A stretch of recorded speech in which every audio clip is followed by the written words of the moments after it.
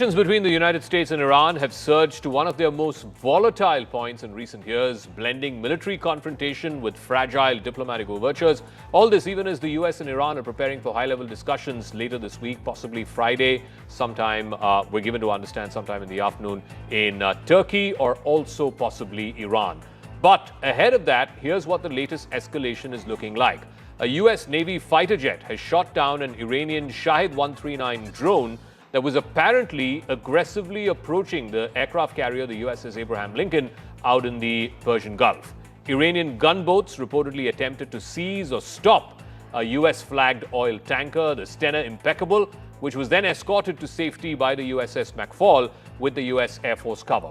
The Pentagon has moved a large armada into the region, including the Lincoln Carrier Strike Group, destroyers, B-2 bombers, multiple other fighter jets, refuelers, you name it. Tehran had earlier said that two-day live-fire naval exercises are happening in the strategic Strait of Hormuz, though some early drills reportedly failed to materialize following American warnings. Now, despite the military flare-ups, US and Iranian officials are still scheduled to meet in Istanbul later this week for official negotiations. US President Donald Trump has demanded zero enrichment of uranium and limits on Iran's ballistic missile program.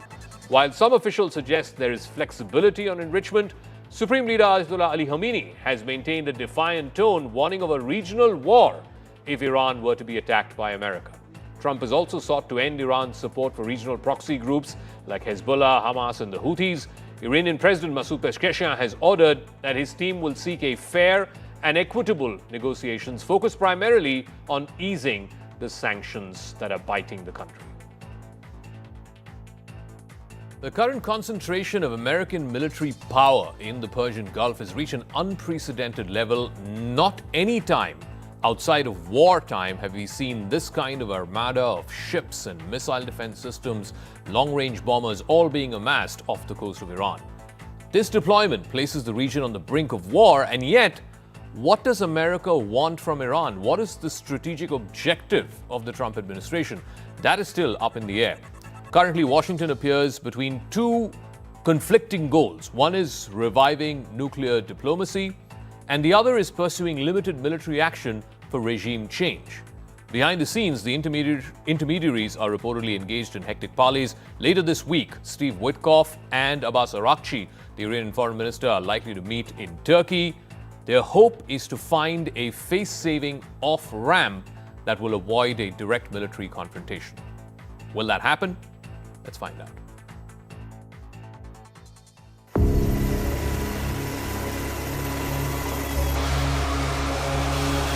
The extraordinary concentration of American military power in the Persian Gulf has reached an unprecedented level. Never before, outside of wartime, has there been such an armada of ships and firepower amassed off the coast of Iran. Aircraft carriers, missile defense systems, long-range bombers, and thousands of troops now dot a region that is already on the brink of war. The question, though, is no longer about whether the United States has the capacity to strike Iran. It is about what Washington actually wants to achieve. That distinction matters. Military capability is a blunt instrument. Military strategy, on the other side, is a political choice. At present, America appears suspended between two competing impulses. One, to revive some form of nuclear diplomacy with Tehran, or to launch limited military action designed at changing the regime. These are not complementary options, these are fundamentally opposite. Behind the scenes, there are hectic parleys between Trump intermediaries and Iran's officials who are hoping to prevent this slide towards an open conflict. Their aim is not grand reconciliation, but something far more modest, a face-saving off-ramp. Such an arrangement would allow the United States President, Donald Trump, to claim a political success, while at the same time avoiding a direct clash with Iran. The very fact that there is such a diplomatic scramble suggests that very few actors in the region, including America's allies, Israel and its Gulf Arab neighbors, want a slide into anarchy. Trump is convinced that Iran wants to strike a deal on the nuclear question. Sir, on Iran, the Supreme Leader today said that U.S. attack could spark a regional war. Do you have any response to that, sir? Why wouldn't he say that? Of course you're going to say that. But We have the biggest, most powerful ships in the world over there, very close, a couple of days, and hopefully we'll make a deal. If we don't make a deal, then we'll find out whether or not he was right. To understand why this moment is so fraught with danger, one must look at how Tehran interprets recent events. Iran's leadership does not see the past 6 months as a series of disconnected crises. Instead, it views them as parts of a coordinated campaign to weaken, isolate, and eventually overthrow the regime. Now, seen from this perspective, an American strike would not be an isolated event, it would be read as the opening act in a broader regime change campaign. So the logical Iranian response to it, therefore, would be to protect the regime at all costs. This worldview explains Tehran's posture currently. Despite the scale of the American deployment, Iran is showing no signs of capitulation. Its red lines are firmly drawn. There's going to be no negotiations beyond the nuclear question, no surrender of its sovereign right to enrich uranium, and no question of discussing ballistic missiles. At the same time, Iran has signaled some flexibility. It's willing to accept some sharp limits on nuclear enrichment levels and stockpiles, but only if these are matched by comprehensive relief on sanctions. So in other words, Tehran is prepared to bargain, but not to submit to America. For Washington, this creates an opening and also an uncomfortable reality. Given the depth of mistrust and political constraints on both sides, a comprehensive nuclear agreement appears improbable, even if that is what Trump badly wants.